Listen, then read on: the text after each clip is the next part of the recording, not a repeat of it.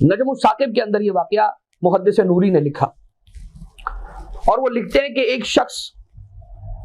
عالم ہے، بہت ہی قابل وثوق عالم ہے، وہ ان کو آ کے واقعہ سناتے ہیں، کہتے ہیں کہ مرزا نوری،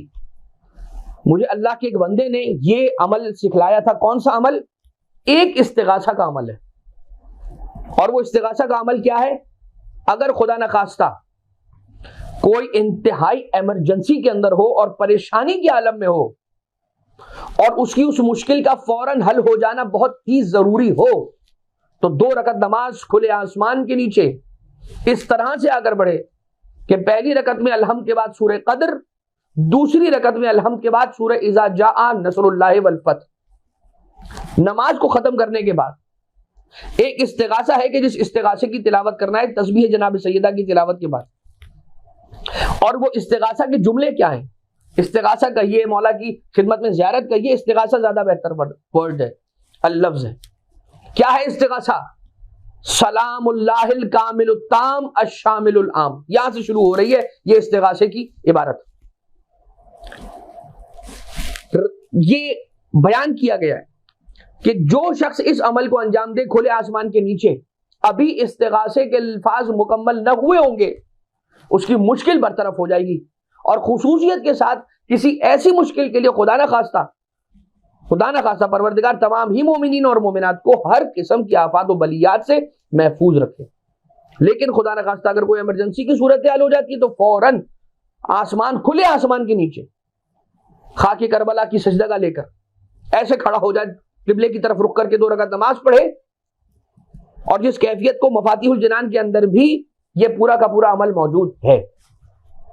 نماز استغاثہ بحضور صاحب الامر علیہ الصلوۃ والسلام کے باب کے اندر، سلام اللہ الکامل التام الشامل العام، یہ والی۔ ایک عالم کہتے ہیں کہ مجھے کسی نے یہ عمل سکھلایا اور میں اس کو باقاعدگی کے ساتھ انجام دینے لگا۔ آدھی رات کا وقت ہوتا تھا، میں کھلے آسمان کے نیچے آ جاتا تھا، اور میں 2 رکعت نماز پڑھ کر یہی استغاثے والی نماز اور اس کے بعد استغاثہ پڑھ کر دعا کرتا تھا کہ پروردگار، اس میں ایک جملہ ہے، یا صاحب الزمان یبن رسول اللہ، یا مولایا یا صاحب الزمان یبن رسول اللہ ہذہ حاجتی، اے میرے مولا، اے وہ کہ جن کا مجھ پر اختیار ہے، اے مولا، اے میرے مولا، یا صاحب الزمان یبن رسول اللہ، یہ میری حاجت ہے، اور اس کے بعد اپنی حاجت کو طلب کرے، قضا و قضا کی جگہ پر اپنی حاجت کو طلب کرے، تو اس کی حاجت پوری ہوگی صاحب الامر علیہ السلام کے وسیلے اور واسطے سے۔ وہ کہتے ہیں عالم کہ میں اس جگہ پر کہتا تھا، یہ جملہ پڑھتا تھا کہ حاجتی رؤیتک و صحبتک، میری حاجت ہے ہی یہ کہ میں آپ کا دیدار کر سکوں اور میں آپ کی صحبت اختیار کر سکوں، یعنی کہ میں آپ کی معیت کو اور آپ کی کمپنی کو حاصل کر سکوں۔ کہتے ہیں کہ ایک دن میں مسجد گوہرشاد مشہد مقدس روضہ اقدس سرکار غریب الغرباء انیس النفوس شمس الشموس المدفون بارض توس مولا رضا علیہ آلاف التحیت و ثنا، اللہم صلی علی محمد و آل محمد، مولا کے حرم میں مسجد گوہرشاد میں نماز ادا کر رہا تھا، رات کا وقت، آدھی رات کا وقت، صرف روشنی تھی اور میرے علاوہ کوئی نہیں تھا وہاں، اور میں جب ان جملوں پر پہنچا، یا مولایا یا صاحب الزمان یا ابن رسول اللہ ہذہ حاجتی، اور وہ جملے میں نے کہے، اتنے میں میں نے قبلے کی طرف جو دروازہ تھا وہاں سے کسی انتہائی جلیل القدر شخصیت کو داخل ہوتے ہوئے دیکھا۔ ان کے چہرے پر نور اور ان کے چہرے کی وجاہت اور ہیبت ایسی تھی، ان کے وجود کے اندر ایک ایسی کشش تھی کہ جس کو دیکھنے کے بعد میں نے جو بھی دعائیں، مناجات، زیارت، جو کچھ پڑھ رہا تھا وہ سب پڑھنا بند کر دیا، روک دیا، اور ان کی طرف متوجہ ہو گیا۔ جہاں جہاں وہ جا رہے تھے میری نظریں انہی کے ساتھ ٹکی ہوئی وہیں پر چلتی چلی جا رہی تھی، وہ میری طرف نظر نہیں کر رہے تھے، وہ نگاہیں جھکائے ہوئے ذریح اقدس سے مولا رضا علیہ السلام کی طرف جا رہے تھے۔ میں کھڑا ہوا اور ان کے پیچھے ہو لیا، مگر میری زبان میں اتنی طاقت نہیں تھی کہ میں کوئی گفتگو کر سکوں،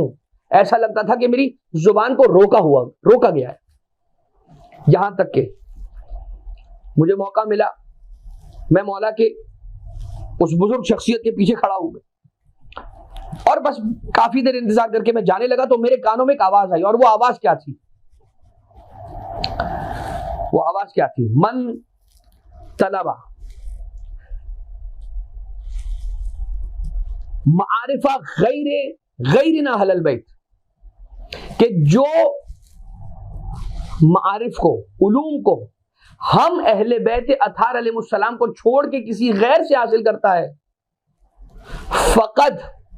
مساون لانکارنا، تو اس کا یہ عمل انجام دینا ہمارے امر کے انکار کرنے کے برابر ہے۔ جو کوئی بھی علوم اہل بیت اطہار کو یا جو کوئی بھی دین کے معارف کو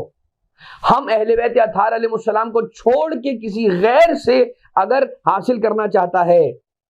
تو وہ یاد رکھے کہ یہ ایسا ہی ہے، it is as good as اس نے ہمارا انکار کیا۔ اور کیا بیان کرنا چاہ رہے؟ آواز آئی، وہ کہتا ہے کہ اتنی وجاہت اور اتنی زیادہ ہیبت تھی کہ جب میں وہاں سے چلنے لگا تو میرے کانوں میں ایک آواز آئی، اور میرا دل کہتا ہے کہ وہ صاحب الامر علیہ الصلوۃ والسلام ہی تھے، اور میرے لیے بس اتنا پیغام تھا کہ یاد رکھو جب بھی دین کے معارف کو حاصل کرنے کی بات آئے تو کسی اور در سے علوم دین اور دین کو حاصل نہ کرنا، اگر حاصل کرنا تو دین کے ارکان اور دین کے قوانین اور شریعت کے قوانین کو ہم اہل بیت اطہار ہی کے در سے حاصل کرنا۔ اگر تم نے حاصل نہ کیا یہاں سے کہیں اور سے لیا تو یاد رکھنا تم نے ایسا ہی ہے کہ جیسے ہماری امامت کا انکار کیا۔